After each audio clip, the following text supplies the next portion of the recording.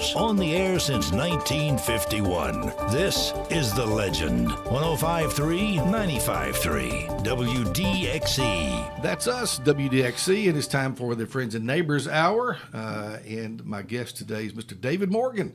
Hey, good morning, Jeff. Thank you for the invitation to be here on the radio today. Well, my goodness, thank you for agreeing to come. I appreciate it. I kind of gave you short notice, but I had you on my list for a while. I think it's been on my calendar for for at least 4 weeks. Yeah, so. we've been trying to get you on for a little bit. Of course, you're a busy man. Yeah. Life has never been more busy, but I don't like to use the word busy. I like to say productive. Productive and involved. That's right. There's a difference between being busy and productive. Busy people are frantic and frazzled and exhausted, and I'm not any of those things. But well, according to whose opinion, I guess. I guess you might. What time of day they catch you? Yeah, now 10 o'clock at night, I'm done. Yeah, I got to go to sleep. So Very, very good. Well, for those of you that are familiar with the Friends and Neighbors Hour, we try to get to know folks on a little bit deeper level, people in our community. There's probably not many people in Lawrenceburg and Lawrence County that haven't heard your name and know that you are our current county executive. Yes, sir. And been serving now for how long? Well, this September 1st will be 2 years officially. 2 years. So. That's right. I'm sure that we're going to talk about that. We'll get to that. But as I said, this is about getting to know people on a little deeper level and a little more about you on a personal level, I guess, as much as you can share with us and would like to. But one of the things I've always liked to do is get a little bit of family history. Okay. As far back as you can tell us, can you tell us about your family and family history and where the Morgans from and that kind of thing? Okay, yeah. So my parents moved here in 1979 from Savannah, Tennessee. Okay. So now they moved here with 5 sons. I had just been born, so I was still wasn't even walking yet when we moved to Lawrenceburg. So moved here, and my dad took over pastoring First Assembly of God Church at that time. It was they were actually going to close the church down. They'd been through 3 or 4 or 5 pastors and just really wasn't doing well. And so Dad brought 7 Morgans his first Sunday, and I'm the lead pastor now, but he tells me, no matter how successful you are, son, you'll never double it in one day. He said, that's what I did. I doubled the size of the church in one day. So they literally had 7 people there. Well, I've had the privilege of knowing your dad. I knew your dad before I knew you. Yeah. And got to know him. He had I guess what you'd call a dual role because he worked while he was pastor too, didn't he? Yeah, he was bivocational, I guess would be the terminology we utilize. But ministry, it's really, it's a calling, not a vocation. It provides a living in some circumstances for not the majority of pastors, but for at least some. So, yeah, that's what I saw my whole life. My dad worked to take care of his family, and then he worked also to be able to serve in the church and pastor there. Yeah, I met him during my years at DRM, which is a local company here, and at that time they were in Columbia. So I got to know Tony up there, and just a good person, good guy, and got to know a little bit about his family because I got to know him. And you got how many brothers and sisters? Man, I've got 4 older brothers. I'm the baby of 5 boys, and then my sister, of course, Heather. We call her the golden child. She's the only girl, and she was born 2 years after me. So, my 4 older brothers are 6, 8, 10, and 12 years older than me. So it's really 2 different generations of the family. When I was going into middle school, Stephen was going off to college. So Heather and I grew up together, and it was kind of unique. And I guess the one closest to you is what, Tim? Stephen. But now we call him Beaver. That's okay. So his name was Stephen. So somehow it was Steve or Beaver when he was a little kid, and so. Now, am I wrong? Was your dad also a carpenter at one time?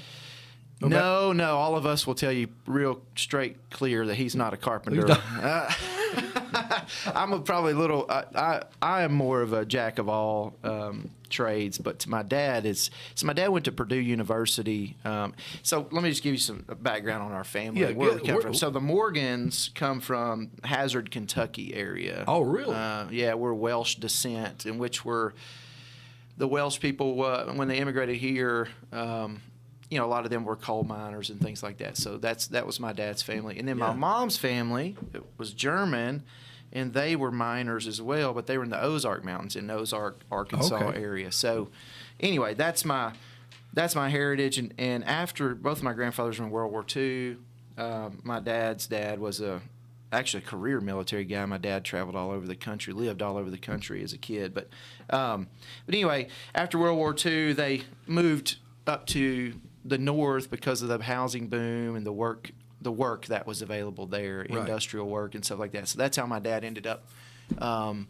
In his high school years, he was in school up there in South Chicago, Gary, Indiana, Hammond, Indiana area, and he ended up going to Purdue, and he has an industrial electrical engineering degree from there. Okay. And while he was in Purdue, he really felt like God called him to preach. So he was saved at 18 years old, and my family had zero Christianity in their heritage prior to my dad's conversion. Yeah. Really? I was going to ask about that. Yeah. So it really was a game changer for us. My dad suffered. His childhood was rough. His dad was an alcoholic and struggled. Man, I can't imagine the PTSD and things that the World War II veterans came home with, but there was no diagnosing that kind of stuff. They just had to kind of treat it and make it. They just had to do the best they could. Yeah.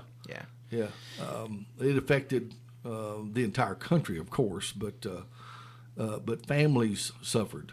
Oh, yeah. My dad and mom, they were newly married a couple years in, and they moved down here to Tennessee, and then we've been here ever since. So I started in Hardin County, and then they moved over this way. I was born in McNairy County. My dad actually used to eat breakfast with Buford Pusser over there at the same cafe every morning and before work, and so kind of crazy story. That's where I was born. It was actually in Selmer, and then we moved over this way. Yeah, I think in conversations I may have had with your dad years ago, he mentioned being over there in Buford Pusser territory for quite it was a real while. Yeah, he's a real legend. There is no doubt about it. He shut down the moonshine stills over there.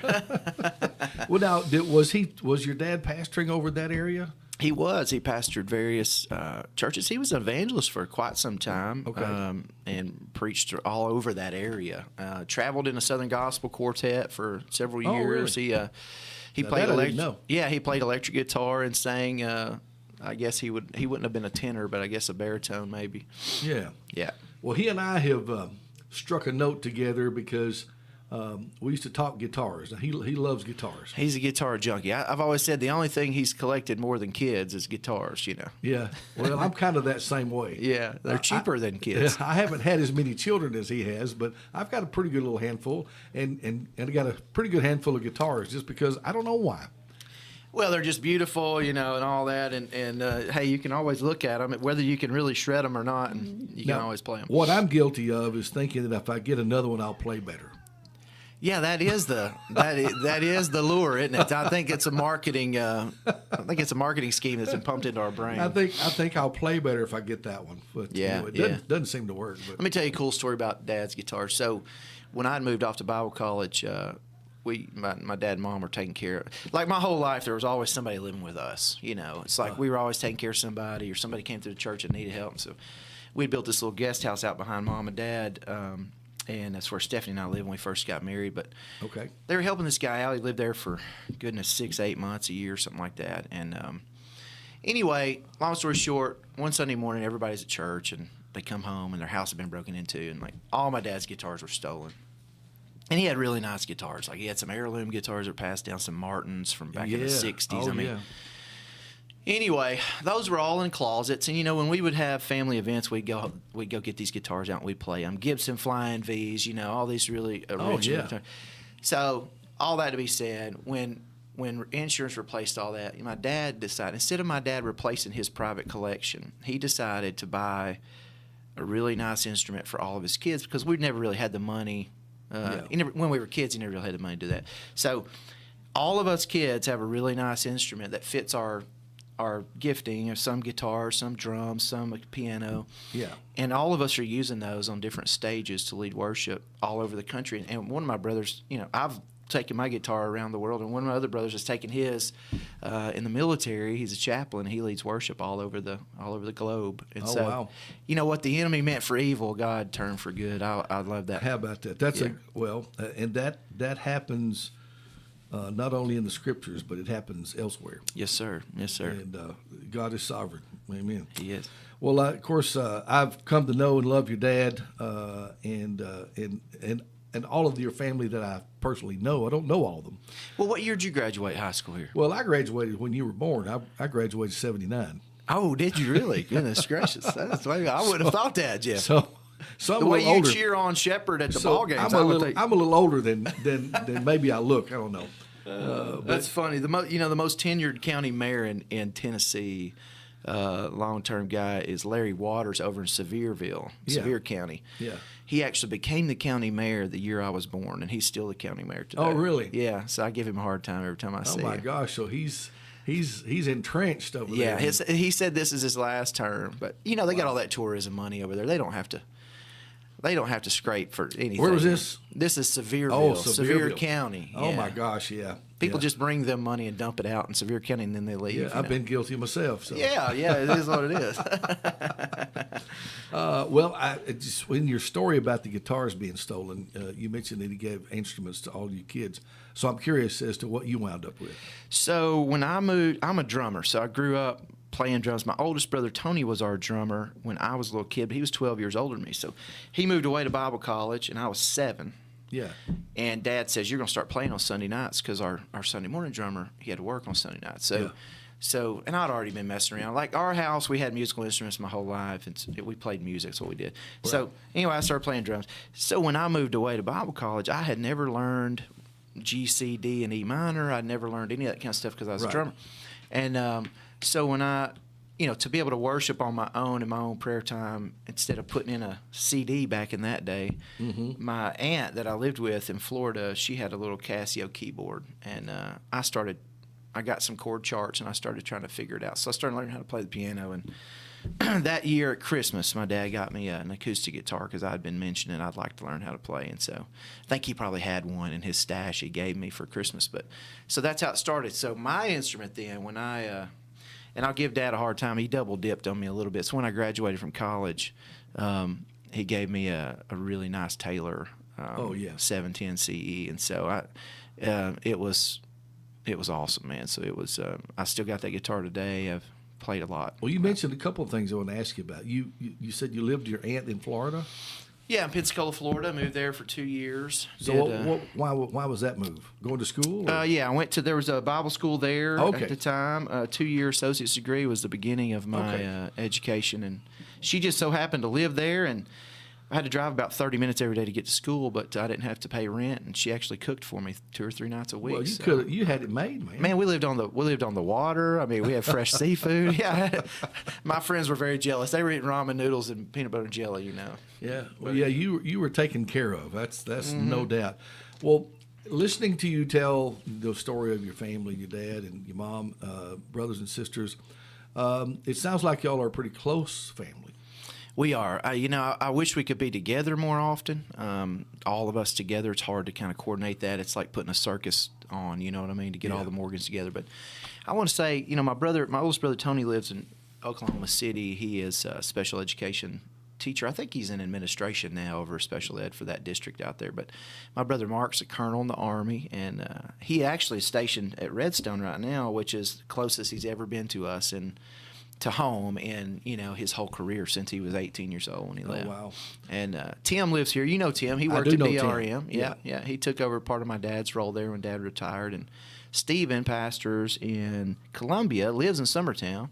Okay. And so he pastors Destiny Church up there. They planted that church 17 years ago. And I may see Stephen on Facebook every once in a while. Seems like one of them does a post every once in a while. Yeah, we try to keep him off of social media. He's really made for radio, you know what I mean? But I was just kidding. No, he's awesome. They, their church just eclipsed 1,000 members. At 17 years in, they just grew to over that size. So oh my goodness. Yeah, I guess he's a mega church pastor now. That's a big church. Yeah, I'm proud of him. They planted a second campus in Lewis County or in Lewisburg. Yeah. So. And what's the name of the church now? Destiny Church. Destiny.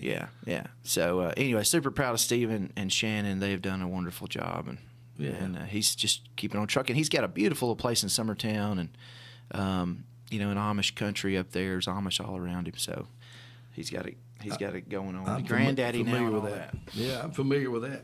Well, so you began to grow up, and what was your early out of college life like? Well, I was on the 6-year plan in undergrad. Now, our parents really didn't have the means to send us to college. Us none of us kids. So they helped us a little bit here and there along the way as best they could. But so I kind of had to fund it all myself. So I would take off a semester here or there, and then I did Columbia State Community College for a few semesters to help me get some of that, the basic first 2-year stuff out of the way. Sure. But anyway, I finished my degree at Southwestern University in the Dallas area, and actually stayed out there for a while because I started, we're all electricians, electrical background is what we've done vocationally. So I actually started when I was in college out there. I started my own little business and just doing odd jobs at first, but it turned into very successful time. And a friend of mine and I partnered up. And man, when I moved back, I knew I was called to move back to Lawrence County, but when I came back here, when I left, we had about 42 guys working for us. We were wiring commercial buildings, houses, and I was actually doing some of the industrial stuff because that was, DRM. That was our background to do more industrial electrical work. So, good deal. Yeah. Now, did you work for DRM some? I did. Right out of high school, I worked for DRM for 2 years. Traveled. That's when industrial door contractors is why you guys were in Columbia. Right. Partnered with Woody Dillard there. Right.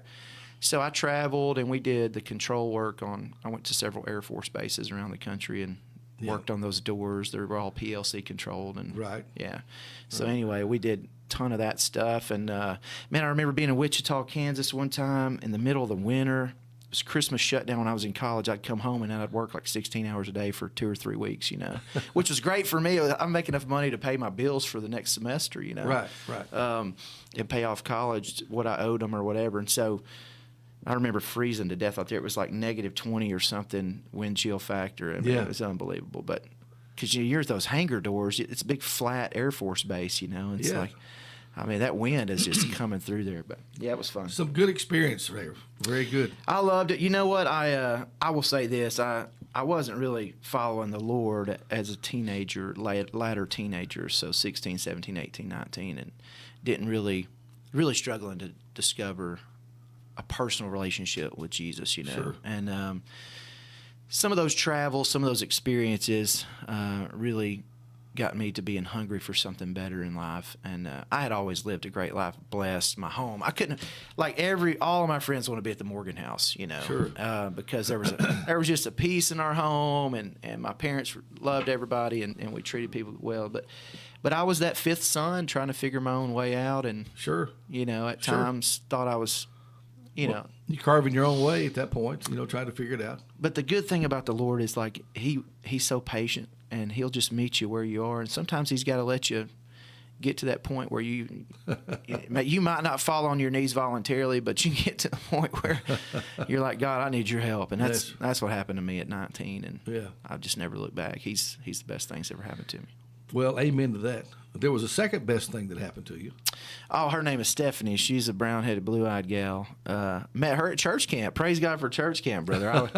I was the drummer, and she was the counselor. And we started noticing each other the first day. I probably noticed her way before she noticed me. And then she's probably like, who's this creep staring at me all the time? But anyway, the first night, she made me nervous during worship. I'm kind of, I'm trying to play the drums and focus, but I dropped my sticks 4 or 5 different times. But anyway, we started talking that night, and man, we were married 6 months later. So oh wow, it wasn't a shotgun wedding or anything like that. Peyton came around about 2 years into our marriage, but it was a beautiful thing. And did y'all start life here in Lawrenceburg? We did. That's exactly right. So Dad and I had, and some of my brothers helped build this little, I don't know, it's 800 square foot little guest house out behind their place. And Stephanie and I, funny thing about that is my granddad from Arkansas. Yeah. He's a carpenter, and he was a builder his whole life. That's where he made his money and made his mark, was building houses up in the boom of the Chicago area. Right. Then he moved back home to Arkansas. But anyway, this is funny. At 83, his brother was 80. There was a house in Coal Hill, Arkansas, that the kitchen had burned, and And Grandpa saved everything. Like, he was a turnkey kind of builder, but from the old school, you know. And he grew up in the Depression. My grandpa had an 8th grade education. He had to quit school and start picking potatoes in the Arkansas river bottoms as a kid during the Depression, because he was the oldest child, and there was 4 kids in his family. So, but anyway, he never saw anything that he couldn't repurpose or use, and so he goes to the people and says, well, if y'all going to bulldoze, they've had a bulldozer come out there, and they said, if y'all going to bulldoze this house, can we just tear it down so you don't have to bulldoze or whatever? And they're like, wait. So they tore, so 80 and 83, they tore this house down, board by board, they saved the nails, they saved everything in this house. Oh, yeah. And he said, someday when I get old, this was his plan, he said, someday when I get old, I'm going to build a house over in Lawrenceburg so Patsy, you know, can help take care of me. So at about, I don't know, 3 or 4 years after that, we actually went over there and got all the stuff and brought it back over here. You should have seen it looked like the Clampetts moving to Beverly Hills. You know what I mean? We had it loaded down. So we came back, and Grandpa came over. He was 90. Well, he was almost 87 at that time probably, and he actually helped us lay the block foundation. Actually, didn't want us to help him at all. He's going to do it all himself. Oh my, yeah. That's the way he was, and you can only imagine some kid that grew up in all that he grew up in. But anyway, so he started on the foundation. We poured the concrete, run all the plumbing, and then Dad and I pretty much, and Tim would help us some, and Stephen, you know, occasionally would help us. Sure. And we got it built up. Even Heather, when Heather and Cedric were dating, we'd get Cedric Wallace over there to help us work too. So that's where Steph and I got to live when we first got married. Well, good deal. So Yeah. you moved into that house and start your life together. 8 months. Now, was she working too? Or what were you doing at that time? She was. So Stephanie's from Murfreesboro. Her family moved here. She was born in Dallas and adopted at 2 weeks old. Okay. And so her dad, about midway, he was a pastor and he was an accountant, was what he did bivocationally in the Dallas area. Okay. About mid-30s, he decided to go to law school. He just didn't feel like pastoring was his thing, and at that point in time. So anyway, they had tried to have kids for 11 years and weren't able to, and so they adopted Steph, and that's how I ended up meeting her. Was they moved to Murfreesboro, and he became a partner in a law firm in Nashville at Waller. It's in the Batman building up there, so he's a partner there for a long time. And anyway, so I snatched her up and moved her down here to my parents' backyard for the first 8 months. But we moved to Dallas 8 months into our marriage, and I finished up school out there, and that's when I started my business out there and various things. So. Okay, so you and her lived in Dallas for a while. Yeah, we did. We came back here late 2005. Moved back to Tennessee. So, yeah, and I had lived out there on campus prior to ever meeting her. So. Okay. Well, yeah.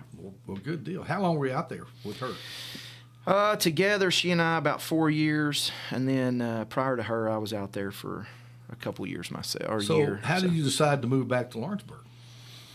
Man, this is home, for one. Like, there's no place like this place. There's not. I mean, I tell people that, and they're like, oh, yeah, it's your hometown. But I've lived in Florida for a while, and it was a nice, on the beach, Gulf breeze, Pensacola area. I lived in Dallas, Waxahachie, Texas. Like, I lived in Oklahoma for a little while with my brothers when I was working, various things there. There's just no place like home. I mean, yeah. So I had always wanted to come back here and help my father in our church here, and just help it grow and produce and help him achieve some of the dreams. And I always felt like Dad worked to take care of us kids. Like, it didn't matter what church was doing.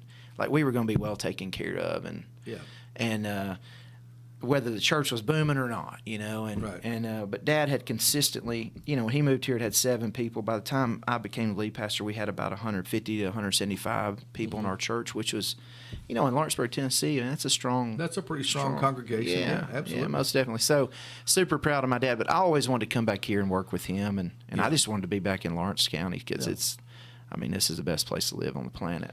Well, a lot of us would concur that I have been privileged to travel a lot myself, got to go a lot, but never found anywhere I wanted to live other than here. I had a chance right after Steph and I got married. I've done a lot of missionary work in my life too, and so I've been to like 18 different countries, and I had an opportunity to move to Bali, Indonesia, to work in a big church over there. They wow. they wanted to start an English speaking service. Oh wow! And so the pastor there had asked me to consider moving there and become his English pastor. You know, the church had about 2,500 people in it, and in Bali. I mean, now Bali's like the resort. It's like the Hawaii for Australian people. You know what I mean? It's where they go, and so. But it just. I mean, nothing compares That's to a that. long way away from home. Yeah, Stephanie wasn't having it anyway. I think she was pregnant at the time. I came home telling her about it. She's like, But I mean, I didn't feel it in my heart. This is where I always wanted to be. And so, there's just no place like Tennessee. There's no place like Lawrence County in Tennessee. And people get tired of hearing me say this, but I talk to other county mayors. I'm going to various conferences, and there's just Lawrence County special. It is. There's just no place like this in the state either. So there's a cooperation and a. Well, I want to get to your political career, but I want to go through you and Stephanie, right? Stephanie, yes. Stephanie is. You have children. How many now? Let me start counting. No, we have 5 children. I was going to say you've got a busload. Yeah, my oldest is getting married here in about 6 weeks. No way. Yeah, well, not even 6 weeks now. Yeah, September 28th, I guess it is. Are you kidding me? I didn't think you had children old enough to be getting married. She'll be 20 here in about a week. Oh wow! So Peyton was born on my parents' 40th anniversary. So they'll be celebrating their 60th anniversary. And she'll be turning 20. So, a lot of people are like, man, that's awful young to get married. And I'm like, listen, Stephanie was 19. I was 24, when we were married. I was 18. Trace was 19. My parents were 19 and 17. And when you know. And I tell all my kids, I said, there's the 2 most important decisions you'll make in your life is, number 1, what are you going to do with Jesus? Like, what are you going to do with what God did for us, Number 1. And then number 2 is who you're going to marry. Not what your career is going to be, how you're going to make money. Right. We try to define ourselves in our culture today by what we do for a living. Yeah, I agree. And anyway, so I tell Peyton, I said, you know what? If you can get the God thing right and you can marry the right person that compliments you and that loves God too, all the rest of that stuff will all work out. It'll work out. Yeah. I agree with you. I certainly agree. So you got 5 children, and they from 20 to. So Benjamin's 17. He's a senior this year. Okay. And then Eli is 13. He's in Kaufman, 8th grade. Eli. Yeah, Elijah Knox is his name, and we call him Eli. And then Eden Kate, she is in 4th grade, and she plays football, believe it or not. I would believe it. She's the only girl in the football league, and so I'm super proud of her. This might be her last year to play, though. The boys are probably going to, girls get to mature a little faster, so she's had a little bit of an advantage, but anyway, she loves it, and I'm so proud of her. She's just gritty, And then Titus is the baby. He actually played on your son's same baseball team this year with Shepard, I think. Well, now Shepard is my grandson. Grandson, that's right. Grandson. That's right. Sorry. Yeah, that's what I meant. Yeah, your grandson is Shepard. So, Titus is 7, and he's just, he's just got it made. He's the 5th kid, and these kids love ball. I don't know if it's the kids that love it as much as the parents some days, but yes, my kids love playing. Yeah, I can tell you with certainty that Shepard loves it. I'm talking about he is. He eats it up. He eats it up. Yeah. And of course, we love watching it. We do. So, family. You've obviously a family man. Yes, sir. You grew up in a family man's family. Yeah, there's just nothing like family. Yeah. So, but you've become a community man. Well, I think it's inevitable in ministry, and if you're in a community for multiple generations, you want to. Yeah. You care about how your children are going to live and what the community is going to be like for them, and so you just get involved in things and you start helping and thinking about the future. How did you transition? Well, you haven't really transitioned. You're still a pastor. Yes, sir. Still a pastor, but you begin to take the notion of getting in the involved in political, and I hate to use the word political, but involved in county government. Yeah, and the word politics simply is you're a policymaker.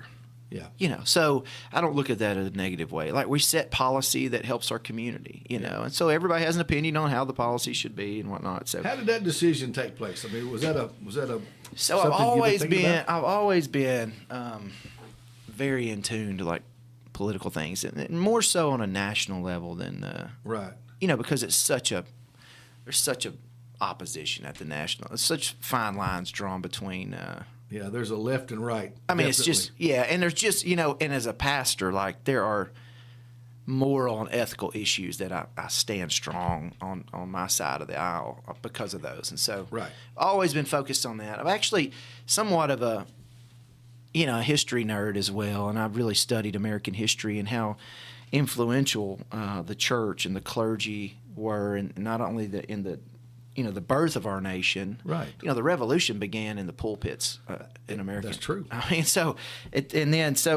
for the first 150 years, the church dictated and kind of set up culture and helped culture. Let's say it was the relief and safety valve on culture. You know what I mean? The American experiment, if you're not careful, the pursuit of life, liberty, and happiness can become your focus and not God. And if everyone is just left up to focus on life, liberty, and their pursuit of happiness, then sometimes, the Bible talks about that our heart is deceitful. And, it is. And our mind sometimes can totally trick us, and the enemy that's where the battlefield's in the mind. He's trying to get you so. And I can preach about this stuff all day long, but so I've always been in tune with those things. Now, locally, I think as the church began to grow, I became lead pastor in 2013. Uh-huh. And my dad had a massive stroke in 2012, December. We had planned on a transition in 2014 to me being the lead pastor, but we had to kind of fast track that a little bit.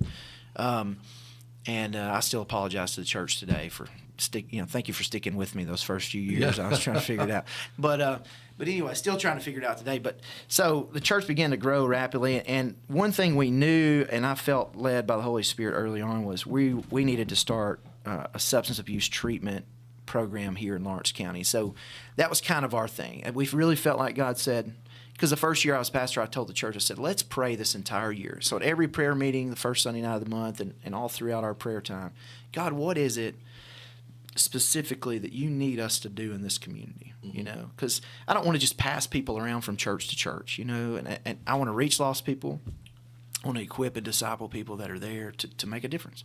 And so really, things just started clicking that first year. Opportunities, some properties were given to us because people heard we were wanting to start a substance abuse treatment program. And this was really burning in my heart because I struggled slightly with some things in my teenage years that some of my other siblings did not. And by this time in 2013, I had buried some friends, from drunk driving accidents or some type of drug overdose. And so I'm like, God, this is becoming an epidemic in our county. And it has been for a while. Mm-hmm. That's kind of what propelled me into it, is what I'm telling you. So T.R. Williams at the time was county executive, and he asked me to start a faith-based substance abuse group, to address substance abuse issues in Lawrence County. So Right. that kind of got me to a table in the political spectrum, and several pastors came with me, joined with me, and we actually helped get the Lawrence County Substance Abuse Coalition, what's called the Lawrence County Substance Abuse Prevention Coalition now, but we kind of helped spur that on before that was an entity. So we helped kind of do some investigation on that, and TR was looking into creating that at the time. So anyway, that's kind of what got me in the door. And then TR and I became pretty close friends, and I call him a friend, but he's more of a mentor to me in life. And Sure. And so that kind of, he's the one that started, I guess, telling me, hey, you need to pray and consider getting involved, in local politics. He says, I really feel like you would do a great job. So that's kind of how that was birthed in me. Wow. Yeah. Wow. Well, and I'm asking this out of, just wanting to know, I guess, but how would, a lot of times, I've toyed with the idea myself a time in years past of getting into, and actually I did run for school board and was on the school board at one time years ago, and thought about going further with it or this, that, and the other. And you have to have the blessing of the family. Yes, you do. So the first person I talked to was my wife. Well, the first person I talked to was the Lord, and I will tell you, for a good year in my prayer time, I never got a yes, I never got a no. You know what I mean? You know how it is when you're praying. Sometimes you're like, God, just say something. You just don't know. And so finally I talked to Stephanie about it, and she was all about it. I'll tell you, man, I'm so blessed. My wife God knew what kind of person it was going to take to complete me, and she certainly believes in me more than I believe in myself. And so anyway, she's like, baby, whatever God leads you to do, I'm with you no matter what, she says. And I know it'll be a different arena. I know there'll be, tough times and people will say tough things, she said, but I'm here, So it took about 2 years, and I put out, in the Old Testament sense, I put out some fleeces, before the Lord. 2 things, very specific moments, and God answered. God answered both of those things. They were about 6-8 months apart, these 2 different fleece moments, and God answered them to a T. And so I couldn't argue with him at that point. So I was like, okay, Lord, pretty much I surrendered to the idea, and we went from there. Yeah. So you win the election and become the county executive. That's been about 2 years. Yes, sir. 2 years. 2 years ago? August 4th, 2 years ago, the election, yeah. I wanted to ask you, when you begin to get involved, of course, you were familiar with county government. I'm sure you familiarized yourself with how county government works, that kind of thing. But were there some surprises when you got there? Oh, yeah. There have been surprises all along the way. Matter of fact, let's see. I'm always surprised. Pretty much any commission meeting, I may think things are going to go a certain way, and I'm always surprised, sometimes unpleasantly surprised. But at the end of the day, I understand the value of the various branches of government we have. I'm the executive branch of government, and have the responsibility to execute the mission of the county commission. Right, so they set policy. I help. I opine on that. I gather information. I'm full time in the role, and commissioners all serve, in a part time basis. But now I will tell you, and every commissioner will tell you, it's not a part time gig, right? So if you're going to wrap your brain around all things county government, you spend way more time than they're compensated for, or they even probably expected to spend coming in. And I appreciate that for sure. So they have the privilege of setting policy in place, and of course I'm opining on all of that and putting my input into that, and researching things and getting information for them. I'm going to the meetings, I'm going to the conferences, things that a lot of them cannot attend and go to. I'm having the round tables with county mayors and with the comptroller's office and various things, and I bring back information to them, and then they deliberate and talk, and I get, I'm privileged to be in those conversations, and we all come up with policy together, and they vote on it. So, I will tell you what I was surprised about. But you're not, one of the things you're not a dictator. You don't make the decisions really on stuff policy. Let me tell you. So, yes. Well, I will say this, and look, I love my job. I love this. I actually like it more than I thought I would like it. So, anyway, I thank God for that perspective and that hope, that I have. But the county executive position, as far as authority goes, it's not, like the governor of the state has way more executive branch privilege, right? So, of course, the president of the United States has, utmost with all these executive orders that have been in the last 5 or 6 presidencies, Yes. So, county government, it's just not the same. So, I do have authority. I'm the CFO of the county by law, so I'm the chief financial officer of the county. So I run the budget committee and the various other financial committees, and we set the budget. The commission, votes on that budget. So now I have to run that, and I'm responsible for that at the end of the day. Sure. But then I'm the CEO of the county, and I say that with utmost humility, that like all the county departments that aren't elected, those department heads work. They report to me, and I oversee their operations. So what are some of those that are? So you got your solid waste, you got your maintenance, you got your veterans association, you got the library, you got various ones. I could just rattle them off. The non-elected services or positions. Yes, sir. Yeah. And then there are all the elected, which have their departments, such as the sheriff. Yeah, circuit court clerk, Tommy Lee Kids. Right. All those guys, Kylie Weathers, trustee, Tara Dickey, all those. Yeah, they're elected. But now the budget committee sets their budget. Sure.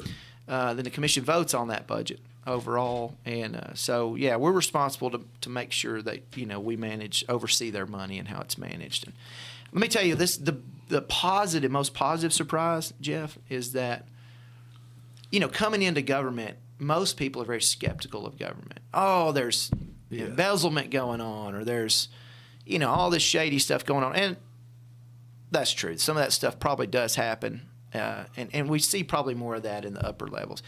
But the most pleasant surprise I've had is the checks and balances and the fiscal oversight of the state comptroller's office on everything we do. Yeah. I mean, I am more confident today in the fiscal responsibility of local government, because that's all I can really speak to. Right. I am more confident today than ever, and I will be for the rest of my life. You won't change my opinion on it, because there are so many oversights and rules, and they're watching everything we do. Our budget, we have auditors that are constantly here, looking at every dime that's spent, and that gives me a lot of confidence in what we do, and that they're watching our back too. And they're actually not here to beat us over the head. They're actually here to help us and make sure that we get and guide us. Yeah, you are accountable, and they are accountable for the people's trust in providing the services that we pay taxes to have. Yeah. And man, it's super reassuring. Jason Mumpower is our comptroller here in the state of Tennessee, and he is. He's really done a great job since he's been in there. So I'm proud to be a part of the whole team. Speaking of that in budget, can you give us an overall health picture of the county at this point? Or great timing for that question. We just had a review of our credit rating and all of that, which happens with some regularity. Anytime you go to issue a big bond, which the commission just passed back in June, a $20 million bond. Anytime that happens, then Moody comes in and does a credit rating. And so we scored off the charts in almost every area. The area that kept us from actually getting an upgrade in our credit rating, which hasn't happened in Lawrence County in a long time, was our average household, or our median household income.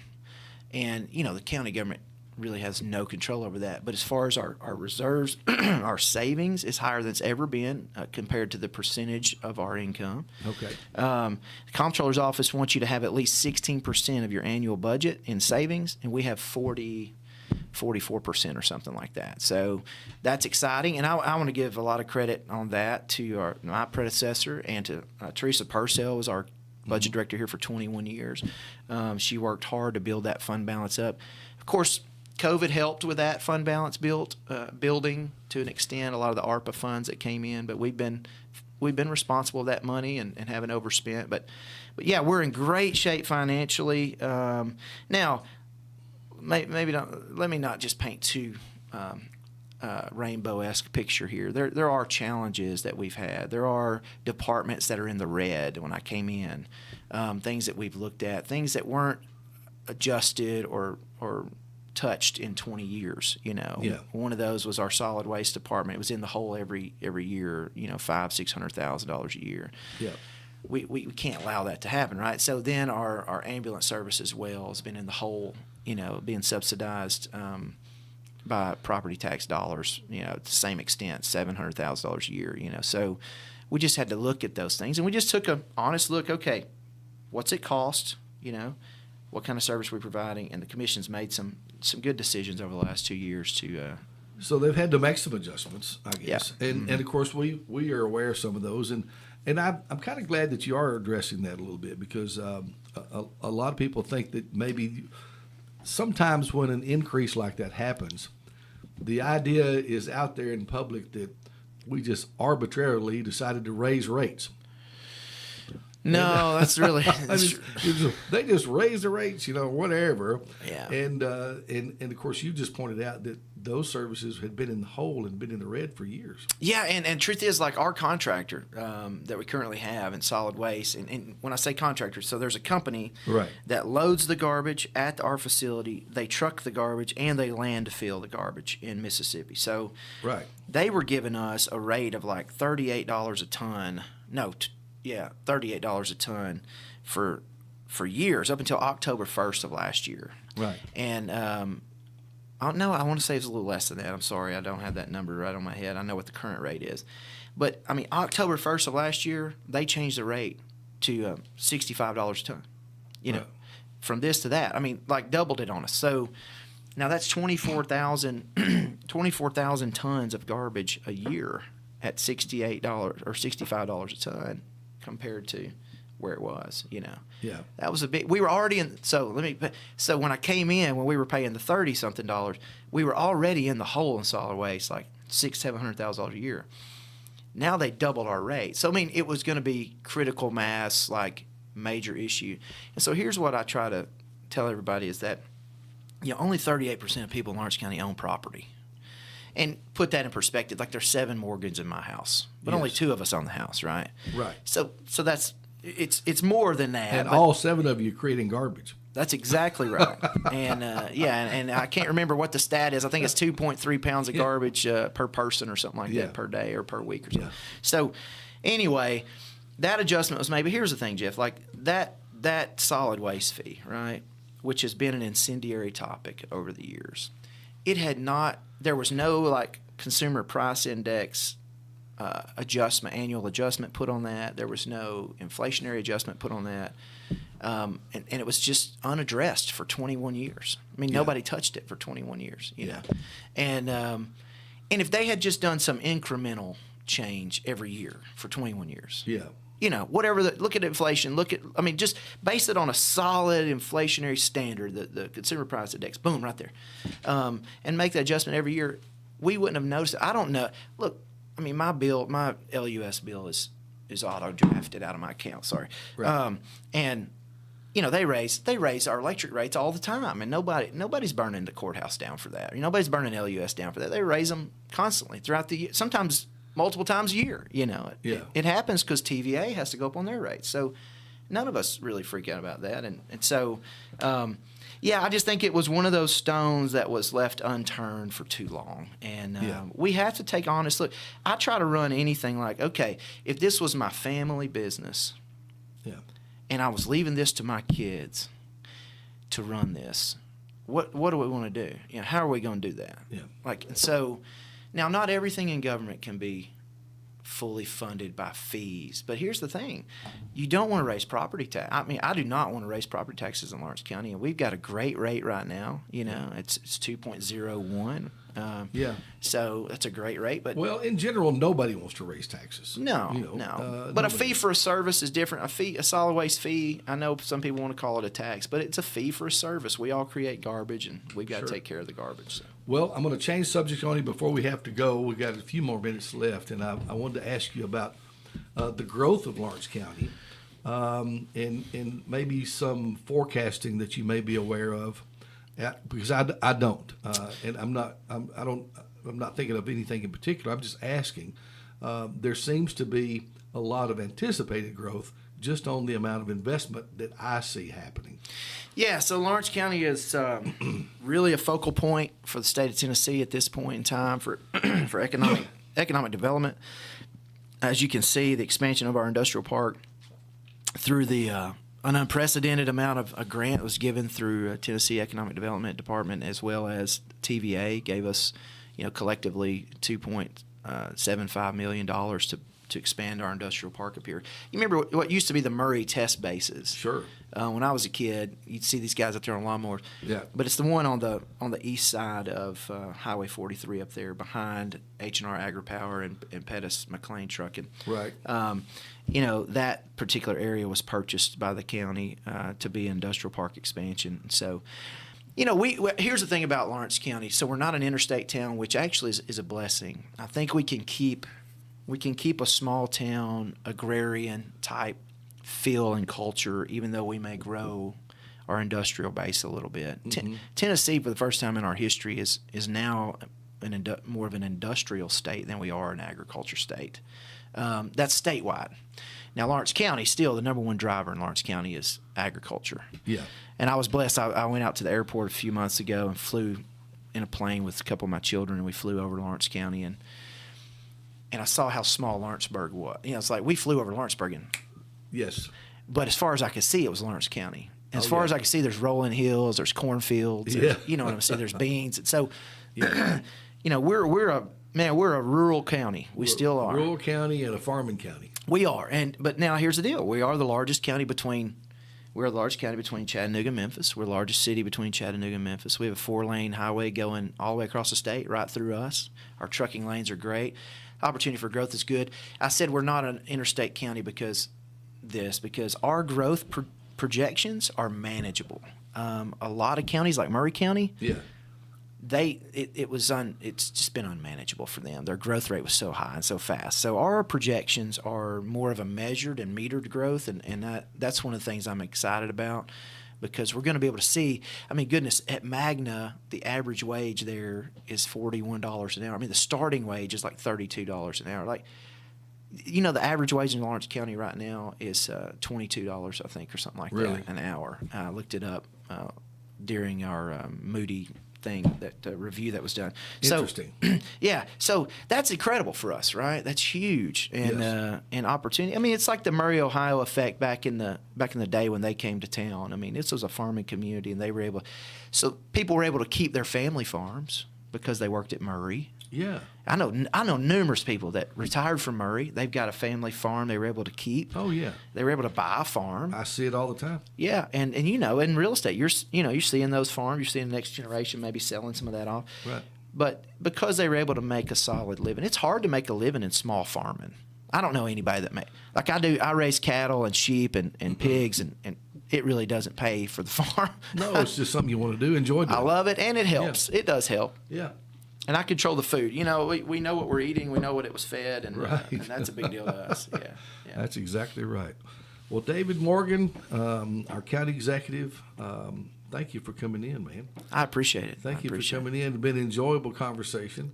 Next time we might get into more of what's happening with county government. Maybe we could bring in some of the other officials with you at some point. Yeah, that'd be great. You know, I will say this $20 million bond is going to do a road building program with that. $6 million of that, $12 million went to the schools for expansion and growth, and as they need to loosen their belt a notch or two as we grow, they'll have some money to be able to do that.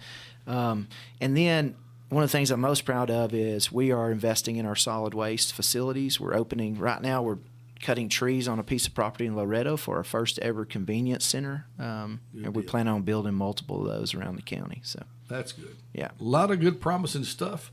David Morgan, thank you, buddy. Give your family our best, and tell Tony that we need to get together and play a little guitar. Y'all need to do some picking and grinning. Yeah. Well, thank you, Jeff. Very good. Thank you, buddy. We'll be back again tomorrow morning with more here on the Wake Up Show. Thank you for listening to us today. David, again, thank you, buddy. Yes, sir. Lawrenceburg Broadcast Services of Prospect Communications.